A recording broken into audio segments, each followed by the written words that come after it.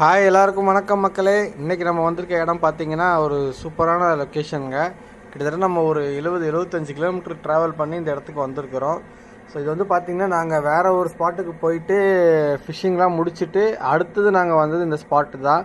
காரணம் என்னென்னு கேட்டிங்கன்னா, இந்த ஸ்பாட்டில் வந்து சின்ன ஸ்பாட்டாக இருந்தாலும் நிறைய விரால் மீன்கள் இருக்குது, வாங்கினா பிடிக்கலான்னு சொல்லிவிட்டு எங்களை கூப்பிட்டு வந்தாங்க. சரின்னு சொல்லிட்டு நாங்கள் போய் பார்த்தோம். அந்த இடத்துல நாங்கள் போகிற நேரம் பார்த்திங்கன்னா வலை விட ஆரம்பிச்சிட்டாங்க இந்த இடத்துல. ஸோ அந்த இருக்க சின்ன குட்டையிலையும் ஊர்க்காரங்க வந்து வலை விட்டு பிடிச்சிட்டாங்க.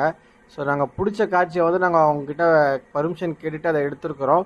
ஸோ பார்ப்போம் எப்படி இருக்குதுன்னு சொல்லிட்டு நாங்கள் வந்தவொடனே மீன் பிடிக்க ஆரம்பிச்சிட்டோம். சரி, அவங்க பெரிய குட்டையில் பிடிச்சிட்டு இருக்கிறாங்க. ஸோ சின்ன குட்டையில் அது பயந்து சில விரால் மீன்கள்லாம் குதிச்சு இதுக்குள்ளே வந்துச்சு. ஸோ அதுங்க எடுக்குதான்றதுக்காக தான் இந்த இடத்துல நாங்கள் ட்ரை பண்ணிகிட்ருக்கோம். நாங்கள் யார் யாரெல்லாம் வந்திருக்கோன்னு பார்த்தீங்கன்னா, நம்ம பல்லாவரம் ஃபிஷிங் டேக்கிள்ஸ் வெங்கடேசன் வந்திருக்காரு, கூட அவங்க சித்தப்பா, நான் 3 பேர் தான் வந்திருக்கிறோம். சரி வாங்க இப்போ எப்படி மீன் பிடிக்கிறோன்றதை பார்ப்போம்.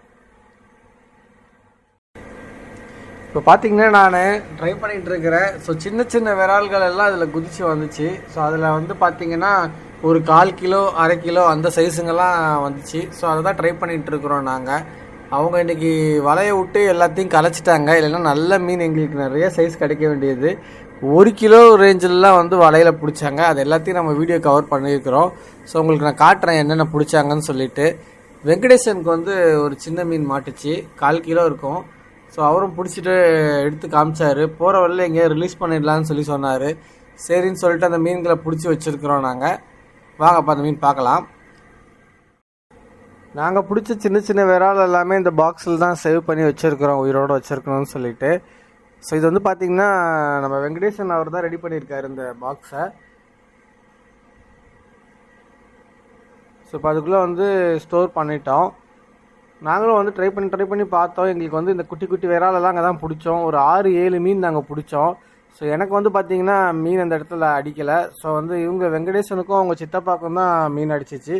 ஸோ அது எல்லாத்தையும் சேவ் பண்ணி இந்த பாக்ஸ்குள்ளே போட்டு வச்சுருக்கிறோம். அப்புறம் அவங்க வலை விடுறத நாங்கள் வேடிக்கை பார்க்க போயிட்டோம். ஸோ அது வந்து இன்னும் சூப்பராக இன்ட்ரெஸ்டிங்காக இருந்துச்சு. ஸோ பார்க்கலாம் வாங்க எப்படி அவங்க விரால் எப்படி பிடிச்சிருக்காங்க, என்னென்ன மீன்லாம் அவங்களுக்கு மாட்டியிருக்கு வலையிலன்றதை பார்ப்போம்.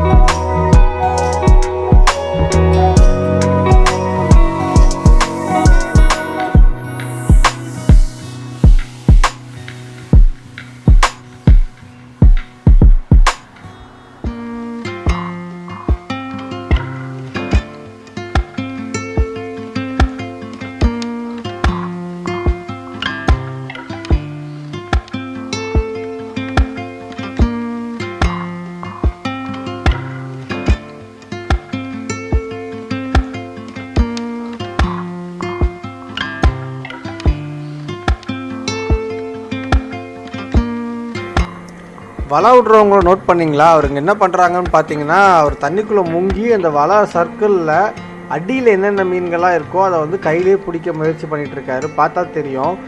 ஸோ அது எப்படி பிடிக்கிறாங்கன்னே தெரில. பாருங்கள், அந்த வலையை ரவுண்ட் பண்ணிக்கிட்டு அது நடுவில் முங்கி அதுக்கு அடியில் இருக்கக்கூடிய மீன்களை வந்து அவர் கையிலே பிடிச்சி எடுக்கிறாரு. ஸோ இதை ரொம்ப நேரமாக அவர் ட்ரை பண்ணிட்டு இருந்தார்.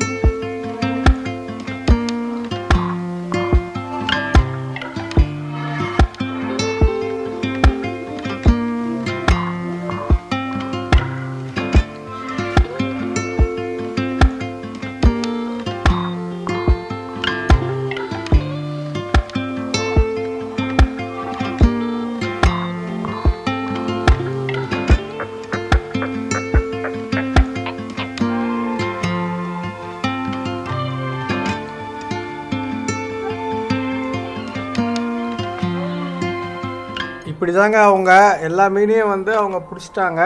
ஸோ எங்களால் வந்து சின்ன சின்ன மீன்கள் தான் பிடிக்க முடிஞ்சிச்சு. பட் அது பார்க்குறதுக்கும் என்ஜாய் பண்ணுறதுக்கும் சூப்பராக இருந்துச்சு லொக்கேஷனு. ஸோ இவ்வளோதாங்க இந்த வீடியோ. நெக்ஸ்ட்டு ஒரு நல்ல கண்டென்ட்டோட நல்ல வீடியோ உங்களுக்கு நான் கொடுக்க பார்க்குறேன். ஸோ நாங்கள் என்னென்ன நடக்குதோ அதை தான் பதிவு பண்ணி போடுறேன். ஸோ மீன் கிடைக்கும், ஒரு சில டைம் பெரிய மீன்கள் கிடைக்கும், ஒரு சில டைம் கிடைக்காமலே போகும். ஸோ அந்த லொக்கேஷனையும் அந்த என்ஜாய்மெண்ட்டையும் தான் அந்த வீடியோ பதிவாக நான் மேக் பண்ணிகிட்ருக்கிறேன். ஸோ முடிஞ்ச அளவுக்கு உங்களுக்கும் ஃபிஷ்ஷிங் இன்ட்ரெஸ்ட் இருந்துச்சுன்னா கண்டிப்பாக அந்த மாதிரி போங்க. உங்களோட மைண்டும் சரி, ஸ்ட்ரெஸ்ஸும் சரி கண்டிப்பாக ரிலீஃப் ஆகி ஒரு என்ஜாய்மெண்ட் வந்து உங்களுக்கு கிடைக்க உங்களுக்கு வந்து பார்த்தீங்கன்னா எல்லா ஸ்ட்ரெஸ்ஸுமே போய் நீங்கள் புதுசாக ஒர்க் பண்ணுறதுக்கு அடுத்த வாரம் போகிற மாதிரி ஆயிரும். ஸோ அப்படி தான் நாங்கள் என்ஜாய் பண்ணிகிட்ருக்குறோம். ஸோ எல்லோரும் அப்படி என்ஜாய் பண்ணுங்கன்னு சொல்லிட்டு கேட்டுக்கிறேன். இதோட அந்த வீடியோவை முடிச்சுக்கிறேன் ஃப்ரெண்ட்ஸ்.